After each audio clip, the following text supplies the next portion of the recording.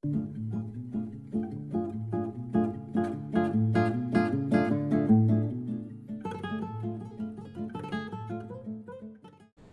everybody. Welcome to 5 Minutes with Sean, maybe 10. I guarantee you we're going to go longer than 10 minutes today because I'm joined by a good friend and client, Luke Wilson, i-5 Motors. Luke, how are you? Good. Good, man. We are here in Las Vegas, Nevada. You attended the Rockstar Conference recently. What did you take away from it? Good conference. Several actionable takeaways. Variety of content. Was impressed. Do you like the idea of the one stage? I do. So you don't have to worry about breakouts? I've been through some of the larger venues for these type of shows, and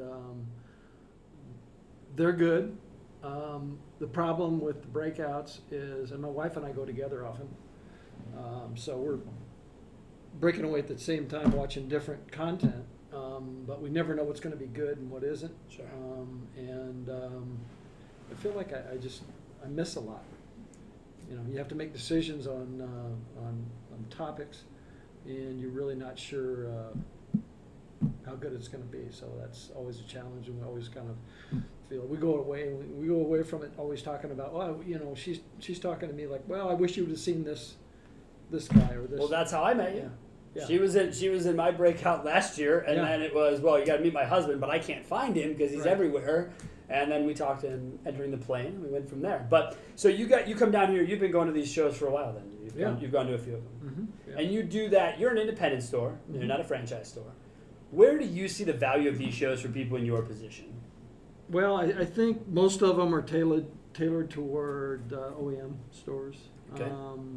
But you just kind of have to pick and choose because sales is sales, and there's a lot of stuff that translates from new to used cars. Okay. In terms of our ultimate goal, when we, in terms of lead handling processes, whether it's on the showroom or BDC, we're probably a little bit more progressive than most independents. We do have a BDC department, so we operate probably a little bit more like a new car dealership does anyway. So a lot of that content translates. I think your marketing follows kind of the same suit. For spend, I think that you guys spend in line with what those guys spend. I mean, at least what I see in that world. So that's pretty impressive. You've been at how long have you been i-5 Motors, Luke? 15 years. 15 years. Mm-hmm. And how did you quickly get in? It was a great story. So retell it. How did you get into the car business? Well, my wife's father was in a poker game. Okay. And he was talking to one of the other friends in the game who had decided to get into the car business from aerospace manufacturing. Didn't know anything about the car business. Had already signed a lease near Tacoma, Washington, at a nice location, and was looking for someone to run the dealership for him. And so we exchanged phone numbers, agreed to meet. I thought maybe it'd be a half-hour meet because it was about an hour from where I was currently living, and I was in between jobs as a GSM. And I thought it'd be a quick meet, probably wouldn't work out, but maybe I'd give him some advice and we'd move on. And this meet turned into a 4-hour session, and we really just hit it off. And he showed me the facility that he had secured for a lease. And about a month later, we were in business. The rest is history. That's 15 years ago. Yeah. So as an independent, you've been doing this, you said 37 years? Yeah. Right, 37 years. When you sit in your chair now as the operator of an independent store, what are just some of the struggles that are different for you than they are for OEM? Well, branding for one. Initially, when you start, obviously there's no brand. There isn't a brand. Right. An OEM starts with, if you're opening up a Chrysler store, a Chevy store, a Lexus store. There's a lot of power and billions of dollars in advertising behind that brand that really gives the dealers a tremendous advantage. In addition, you have multiple sources of revenue: parts, service, possibly a body shop. So you could be a functioning department in sales where you're breaking even, but your service department could be killing it, and the store is extremely successful. And so, as an independent, typically we don't have a service shop. So we have to sell cars, and we have to sell a lot of them, and that's our primary source of revenue. We got to make it happen. Did you have a choice into service, or is it just your dealership set up the way that it is, and That's a great question, Sean. We talked about it, my partner and I, on a couple of different occasions. We decided not to go into service. I don't know a whole lot about it. Sure. And there's a lot of added expense with it. At times, I look back and regret that decision. But, talk to buddies in the industry, there's a lot of mixed opinion on that on the independent side. As far as it being beneficial to you? Yes. Long term? Yeah. So, I don't know. It's worked out. It's worked out pretty well for us overall, but that's a great question. I'm not sure. Okay. We should have. Well, you brought up BDCs, and I know that in meeting you, you are hardcore about your BDC. Yes. Why? Well, I've been a coach for almost as long as I've been in the car business, because most of my years have been in management. And I know how difficult it is to train salespeople to effectively handle incoming phone calls, outbound calls, internet leads. In addition to that, the time it takes to process a lead and be always available for a lead. It's very difficult for a showroom salesperson to be available when he's demonstrating a car, going on a test drive, coming back, writing up the customer, closing that customer, and then waiting for the finance department to complete the transaction. During that time, that customer is completely dark to any lead that he might be currently processing. Right. My philosophy has changed over the years. I was slow to come to BDC, but that happened to me about 3 or 4 years ago, and since it's been very successful for us, and I'm a big believer in it. Hardest part of having one? Hardest part about having a BDC team is probably just like anything else, even a sales team, is motivating, managing, keeping a team together. Turnover? Turnover is always a challenge. Same as a sales team, though, right? Yeah. I mean, do you think it turns over at a higher clip, or you think about the same as a sales team? I think it's about the same. Okay. We've had success with it. We've had struggles at times, and whenever we've been struggling with BDC, it's been when we've had turnover. Going from the next person. Yeah. Yeah. So how long does it typically take in your eyes to get someone up to speed in your store in a BDC? Someone walks in, I'm going to be part of Luke's BDC. What kind of, do you look at it like, hey, do they have history? Because are you a green pea hirer? I forget that about you. Yeah. Yeah? You're cool with that? I haven't always hired green peas, but I'm inclined to hire a green pea. Experienced BDC people typically come with a lack of training or very poor training or in poor habits. Sure. And they're more expensive. Yeah, so we like to train our own. In answer to your question about how long it takes to get a BD agent up to speed, I would say on average maybe 60 days. Okay. 60 to 90 days. Because you're very process specific. I mean, yes. you expect, even down to word track, if you and I have talked about this enough. So is that things you've developed, and have you used other people's plans? Like how does Luke come together with what he expects from his BDs? No, I think we're all a collection of the good people before us that we've learned from in the industry, and I've been to countless sales training seminars, management training seminars, and BDC as well, and I kind of combine some of my own theories with that, but there's a lot of processes, there's a lot that goes into it. I have a little bit different theory than most in terms of what I expect my BDC agents to be able to handle. Yeah. Price objections and trade evaluations, all that. Subprime customers that call in, and I really don't like it when my BDC agent has to turn any significant objection to a sales manager or another show floor salesperson. Kind of like what we heard today, right? Where Yes. you want, every time they say, "Oh well, hold on, got to find somebody else." Right. Hold on, I can't answer that. You Yeah. say to yourself, "I can't have you say that." You got to be able to answer the question, get them in the door. Yeah, and I think the industry's changing. The buyer's changing. The buyer has so much more information nowadays, and so they want answers and they want to move the sale forward. They don't necessarily want to go through the entire transaction right now on a live call, but they want to get a lot of the heavy lifting done and answers the questions about interest rate and what their trade evaluation may be. And so some of us old dogs like me have had to change and adapt to the new buyer, the new consumer that has more information, demands more information, and wants that process to be more seamless and transparent, and they don't want to spend 4 hours when they get to the dealership. So they want to get a lot of that stuff done ahead of time, so they need answers to a lot of their questions. What's been the biggest struggle with that? Because you said the old dog's trying to come on to this new idea of, let's just, for lack of a better word, called digital retail, whatever. Your point is customers are changing. What's been the hardest part for you to wrap your head around with the newest customer? I don't think it's really difficult to wrap one's head around it. I think the difficult part is to train the salespeople, the BDC agents, to have the right responses to answer the customer's question, and at the same time build rapport, build professionalism, and still want the customer to have the customer want to come in and meet them. Still ask for the appointment. Yeah, that's part of it. Yeah, that's a big part of it. How big is your sales team? Well, ours isn't real big. We have 6 salespeople on the showroom floor. We have typically 2 BDC agents. Okay. Couple of finance people.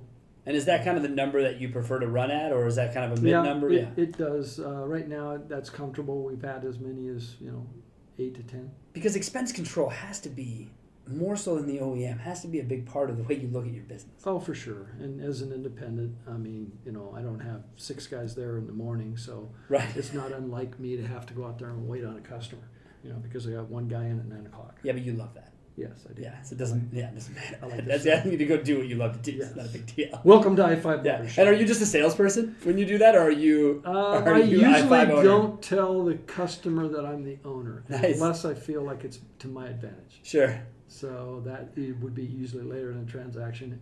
More often than not, the customer finds out later in the transaction. Anyways. Yeah. Yeah. On accident. That's cool. That's okay. That's all right, but you go out and up people. That's what I love about it. That's because you're a car guy. Yeah. None of that's gonna move for you. So we talked about BDCs. Part of that obviously is leading to, or getting leads, I should say. When you look at the way things have changed in that world, and I know I'm opening up Pandora's box by bringing this up. I totally know I am, but I'm gonna do it anyways. When you look at the digital spend, what do you struggle with the most? When you sign checks every single month, what part of it do you struggle the most with? Is it big 3? Is it digital marketing expense, paid search, or otherwise? Like, what is it that Luke looks at and goes, I still just don't know or see the value? Paid search. Really? Yeah. You've been doing paid search a long time. Yeah. Yeah. So has no one ever convinced you that it couldn't be done, or how does one stay on something they're not sure about for that long? Boy, that's fear? That's a great question. Yeah, you look at your spend and your return on investment per sale, per lead. Everybody likes to look at it differently or quantify it differently or in its totality. But we're advertising with third-party vendors in the digital side, Craigslist, AutoTrader, Cars.com, Car Gurus, Carfax, and all these companies have huge content on their websites, and they are competing for the first page of Google. And then I'm turning around and I'm paying some digital marketer money to place paid search ads for me to compete for positions on that very same page at Google, which we all do as dealers, and we all drive up the price to these crazy numbers. Right. And I've never been able to get it down below $1,000 per sale. Be able to specifically quantify that. Now I know there's 21 digital touch points for each consumer on that path to buy the car. Yeah. But you show me somebody that can figure out those 21 touch points and their effectiveness and quantify their percentage of value in each transaction. And boy, you're way smarter than I am. Well, boy, there are some companies who claim to be able to do that. I'm just not sure that that's necessarily how it all comes together. When you look at paid search spend, do you spend more or less than you did it 3 years ago? It's 3 years ago. Probably about the same. 2 years ago, we're spending less than we were 2 years ago. Okay. And I'm not really noticing much difference. I've worked with several different digital marketers, digital partners that all claim to be experts. They have the proprietary algorithms that will allow them to supersede all their competition in the market, and I have bought that story on multiple occasions. You have. And I've yet to see it happen. but they all say it happens. Oh, yeah. But I just haven't seen it. So I'm not quite sure why I'm still in it. I feel like, consumers go to Google and having your inventory indexed properly. And so when a customer types in a specific, what's called a long tail search on a specific piece of inventory, we feel like we have to be there. Yeah. To catch that consumer also. But, I've obviously been very frustrated over the years with that part of our industry, and I don't think I'm alone. No, God, no, you're not alone. And that's why I think we're trying to, we've done over the last 60 days, try to siphon off a little bit, see what changes, see if anything, and see how far down we can get it. But when you look at the overall budget, right, so you talk about paid search, how do you feel about SEO? You pay for it? Do you see the results? Do you see traffic differences? No. Because I don't. No. We've talked about this. No, I've never. Yeah. Again, those same digital partners, typically when you sign up with a digital vendor, they'll handle your SEO and your paid search, both. And again, everybody says that they know how to increase your ranking on Google. They're disappointed in the current provider that you're using, and they are way better. Do you ever take that as a negative? Do you ever take it as someone sitting down and they go, you know what, Luke, whoever you're using now is absolute garbage? No, I just think it's part of the territory. Okay. Because I've got some people who just take immediate offense and won't even talk to that vendor because they came in and criticized decisions that you made. Well, they just become saying you're stupid. Yeah, but they do it in a way that, hey, listen, I don't want to talk about anybody else, and they're good at what Sure. they do, but we're better. Aren't there some great salespeople in the vendor world? Yeah, I guess so. Right? Yeah. I mean, think about it. Think about how many times you sign up for a guess so. product, you're like, what does that do? I think it's really more Google than them. Yeah, I know. I think Google's the powerful one there. What is it, like $100 million in ad dollars, like a month or some Yeah. ridiculous number? Yeah, it's insane. So, Right, but we're all gonna stop, but someone's gonna keep doing it. You talk about the store, you talk about the BDC, you talk about the marketing dollars. You as the owner, you have a GSM, right? Or Yeah, no? Yeah, yes. you do. The GSM. Do you give that GSM the autonomy to run the store not only in your absence but while you're there? Do you run it together? Like, how does that relationship work with your GSM at a store your size? I give him quite a bit of autonomy on the retail side, on the showroom floor. I mean, I handle all the digital marketing, inventory acquisition. You got a few buyers, right? Yeah, A few people you we've work got with. one, Right. and myself. So, That's right. So I guess two is a There's few. two of you, right? Yeah, that's a Yeah. few. But my general manager runs the showroom floor, the sales team, F&I? trains, motivates. F&I, we have two, or 1.5. 1.5. Yeah, I'm very lucky. Our part-time F&I is also our office manager. Nice. Yeah, and that's really nice. She's rare. not both part-time. She's your full-time office manager part-time. Yes. She doesn't just show up for 20 hours a week, I guess is my point. You do No, both jobs. she works full-time. And Awesome. And fills in for F&I? Yeah. Man. Yeah. That's an employee right there. That frustrates my wife a little bit at times, but Or because what, the she's effectiveness? she's not available as often as we would like her to be for the admin side, but Lisa fills in for that. And for as difficult as that is to wear both of those hats, she does a pretty good job, and she's phenomenal in finance. And that's rare to find somebody that's really good in the office management side and also a talented salesperson. Right. And I think back to your point earlier, you don't do service, you got to sell a ton of cars. And on those cars, you got to have a couple of back-end dollars. Oh, yeah. Well, to make it make sense. And we're a velocity dealer, so we're pricing below market value, and our front-end grosses have dropped when we made that decision a couple of years ago. So we had to improve our back end, and we did, and she's part of that. That's all big part of the deal there. Yeah. You just recently changed websites, and I know that because I helped with it. Some of it's good, some of it's bad. Mm-hmm. Is there any part of that process that you would change? Switching websites, going through that? No, I think the main thing with changing websites is you yourself, and my wife and I have learned this the hard way, have to really monitor that process very closely. Never seen a partner, even a new partner with a new web provider, or even the digital partner that has a stake in that. People running the SEO and the PPC campaign.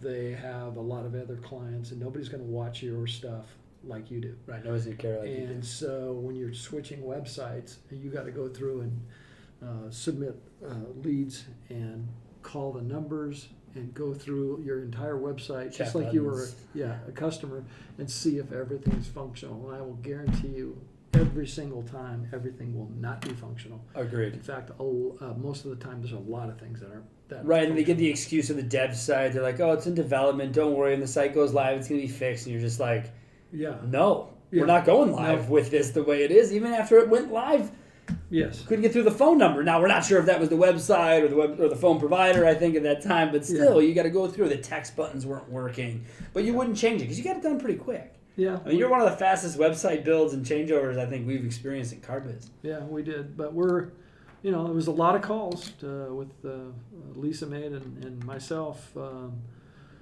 to the new provider, to their support team, because once they, the salespeople hand it off to their onboarding support team. I mean, these guys are, Their onboarding support thing, right? I mean, that's what it is. They're not the sales guy. Yeah. And the sales guy said, because it's funny, that's why you reached out to me for the sales guy's number. Yeah. Probably, right? Because you're like, hold on. This thing you talked about here, this guy over here, Yeah. he doesn't know anything about it. So I'd like to get everyone on the same page because you promised it. Right. Yeah. I know it's a 10 to 20% bullshit factor. You do 10, 20? Yeah. Good for you. I do 50. Oh, okay. If someone says something, I just cut it in half. I just like, yeah, okay, Alright. cool. Yeah, I cut it in half. Well. That's just easier for my math, though. I think that's why I do it. Yeah. My 20%, I'm in fraction math, I'm all fucked up. Hey, it works for you. Yeah, it's 50%. It's just easier. It's just easier to We say know that. it's bullshit. We just disagree on how much. Correct. And you're probably more right than the 10, and I'm less favorable on the 50. When you deal with the big three, Auto Trader, Car Gurus, Cars.com. Oh, I thought you were talking about Chrysler, Ford, and GM. No, man, what do you care? You don't worry yourself about those guys. You got to sell used cars. I'm just giving you that. Yeah, I know. But when you look at the big three, do you ever wonder, because I know for a fact your wife wonders, do you ever wonder about the value of those as it relates to your business? You're talking about Auto Trader? Cars.com, Cars.com, yeah. Car Gurus? Yeah, for sure. And if you ever try to come off or cancel any of them outright? Yes. Yes. Yes. I don't need to know which one. Okay, I canceled one briefly, Right. What's briefly mean? a couple weeks. Why? Leverage. To cancel? So you said I'm No, walking away to secure get a better deal. price? Yeah. Okay. Yeah. But that's what it comes down to now? I had one of the big three tell me that if my customer wanted better price, he needs to go through the cancellation process. Yeah. Do you know why you know that? Because you're the customer. You told me that. Because you're the customer. Yeah. But what do we end up getting? A better deal. A better deal. Yeah. That is actually penciling for us better than almost any upgrade or uptick to the budget that we make. Yeah, well, it's interesting. I cut my spend with one of them in half, but one of the vendors rewards dealers that price aggressively, Mm-hmm. and we do. You do. So that was actually a huge benefit to us because we didn't lose any revenue or any sales or any leads, but we cut our spend in half, Right. almost. Right. I'm not sure it'll work the same with another large third-party vendor. Sure.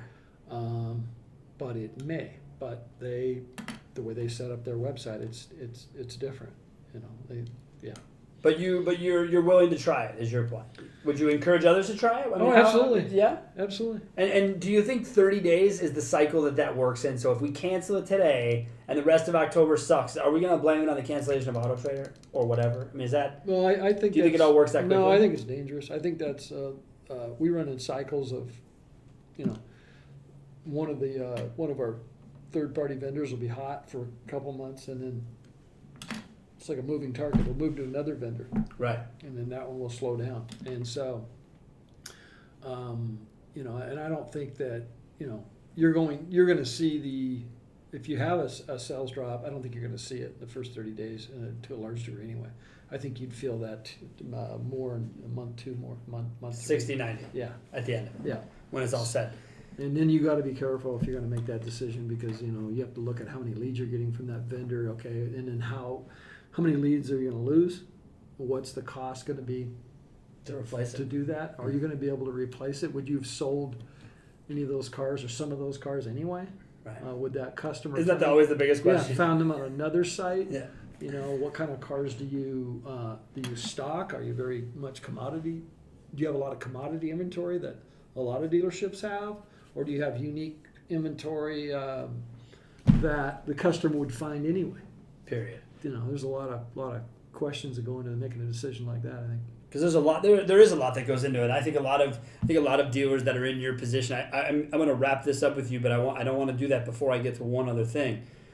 Your attention to detail that I've been a part of is something I don't see every day in dealerships. And I think you always say to me, Sean, it's because it's my store, and I've got to know. And that's the difference between a franchise store. But for other independents who take in our show and watch what we do, what would you say is the most important thing to focus on as it relates to digital marketing? Your tracking. In-store sourcing, is that what you're referring to, or no? what, I mean, just in general? I mean everything. Just knowing your numbers, knowing what you're spending with each vendor, how many leads you get with each vendor, how many sales you get with each vendor, and be able to track that down. Obviously, you helped me with that, and that's been helpful because I've been able to not focus on some of the third-party analysis quite as much as I had to in the past. Sure. But you just have to quantify that data. You have to know it because you have to know what's working and what's not. What's cost-effective and what isn't. Because there are plenty of wastes. Yes. In the world. Yes, and it changes over time.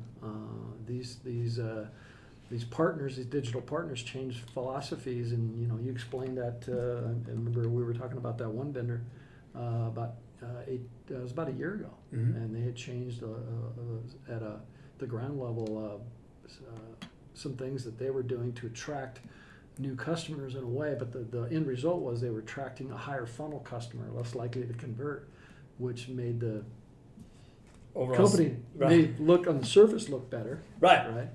For maybe a potential investor, but sure. Wasn't helping the dealers. Correct, and that's another thing in our industry struggles with right now is all this tech. All these guys want to do is get sold. That's what they're here for. They're here to run up their numbers to a rooftop that's acceptable so that one of these big conglomerate shitheads, for lack of a better word, can come in and buy them and then turn them to dust. Yeah. And take your money the whole time while they integrate and hope they can work out. Absolutely. Well, man, thanks a lot for coming on. This is awesome. I love talking with you. I enjoyed it. You're so cool, man. Thank you. You're so cool. It's awesome. Hey, guys, thank you guys so much for joining us. Really appreciate it. Hope you enjoy our inaugural video interview. This is kind of a first-time thing. We got a little applause back here. I dig that. Love being live in location here in Vegas. So much fun. As always, you can reach me, Sean, SEAN, at carbizdonebetter.com. Here it is. You can also find me all over LinkedIn. As you know, the company's on Facebook, company's on Twitter. I am not. Send me a comment. I'll find it. And I got to try and do this one from memory because I don't have a card available. So here we go. It might be wrong, so check the post edit. Make sure it's right. 262-278-0157.